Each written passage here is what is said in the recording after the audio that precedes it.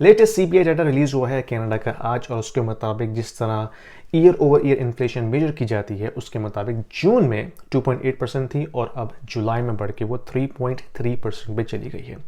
और इसको अगर हम अंडर द हुड देखते हैं यानी कि डिटेल्स जानने की कोशिश करते हैं तो हमें नज़र आता है कि दो कंपोनेंट ऐसे हैं जिसकी वजह से इन्फ्लेशन इतनी ज़्यादा दोबारा से बढ़ी है। नंबर 1 उसमें जो है वो गैस प्राइसेस हैं और नंबर 2 जो है वो शेल्टर इन्फ्लेशन है। आइए इसको देखते हैं।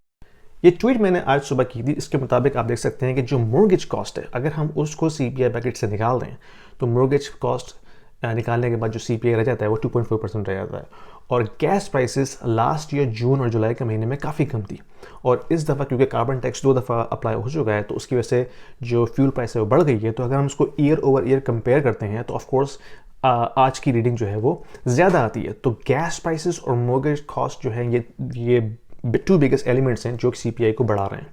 और अगर हम फूड इन्फ्लेशन को देखते हैं तो वो भी कम तो हो रही है लेकिन अभी भी वो काफ़ी ज़्यादा यानी कि अभी भी वो हाई 8% के अंदर है ईयर ओवर ईयर। तो अगर हम इसको एनालाइज करते हैं in the grand scheme of thing तो हमें पता चलता है कि ना तो मोर्गेज कॉस्ट नीचे आनी है क्योंकि इंटरेस्ट रेट हाई है और ना ही कार्बन टैक्स कट होना है जिसकी वजह से फ्यूल प्राइसेस भी एलिवेटेड रहेंगी और फूड इन्फ्लेशन तो एलिवेटेड है ही है। तो इन तीनों चीज़ों की वजह से जो CPI reading for the next forcible future होगा वो हाई ही होगा यानी कि अबव 3% होगा। जिसके मुताबिक हमें बैंक ऑफ कनाडा की जो स्टेटमेंट हमें नजर आई थी पहले कि inflation is going to be sticky for another few years और so around 3%, that seems to be accurate. कल क्या हो जाए कुछ नहीं पता लेकिन इस वक्त जो डाटा नजर आ रहा है उसके मुताबिक मुझे लगता है कि इन्फ्लेशन 3% के अराउंड ही रहेगी या उससे ऊपर रहेगी। एक और इंटरेस्टिंग चीज़ मैंने नोट की वो ये कि जो एटलांटिक रीजन है आपका न्यू फाउंडलैंड, लैब्राडोर और प्रिंस एडवर्ड आइलैंड उसकी इन्फ्लेशन ऑलमोस्ट डबल हो गई है। और उसकी वजह ये है कि कार्बन टैक्स जब अप्लाई हुआ है ना क्योंकि वहाँ पे कोई चीज़ उगती नहीं है, वो हर चीज़ ट्रांसपोर्ट करते हैं मेन लैंड से।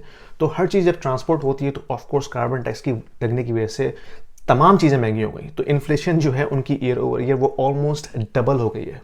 और आपको याद होगा जब क्रिस्टिया फीलन वहाँ गई थी लास्ट वीक और सो तो उन्होंने ये कहा था कि आप इलेक्ट्रिक बाइक यूज़ करें या इलेक्ट्रिक कार यूज़ करें to avoid elevated gas prices. खैर एनीवे इससे लगता ही है कि जो नेक्स्ट बैंक ऑफ कनाडा की जो पॉलिसी मीटिंग होगी सितंबर में most likely they will pause. अब ये मेरा ऑब्जर्वेशन है, वो हो सकता है 0.25 दोबारा बढ़ा दें लेकिन if I was them I was Steve McCullum I will pause it because GDP slow हो रहा है, अनएम्प्लॉयमेंट बढ़ रही है, टेलस ने 6000 बंदे निकाले हैं, बेल मजीद रिस्ट्रक्चरिंग करने की बात कर रहा है। तो ये जो डाटा हम देख रहे हैं अनएम्प्लॉयमेंट का ये भी रिपोर्ट नहीं हुआ।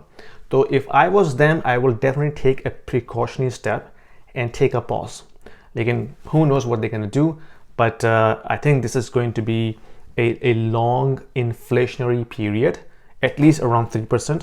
और जो रेट्स हैं इनकी कट होने की अभी कोई चीज़ पॉसिबल नहीं है। तो अगर आप कोई मेजर डिसीजन लेना चाह रहे हैं हाउस बाइंग किस्म का तो keep in mind the rates are going to stay at an elevated level.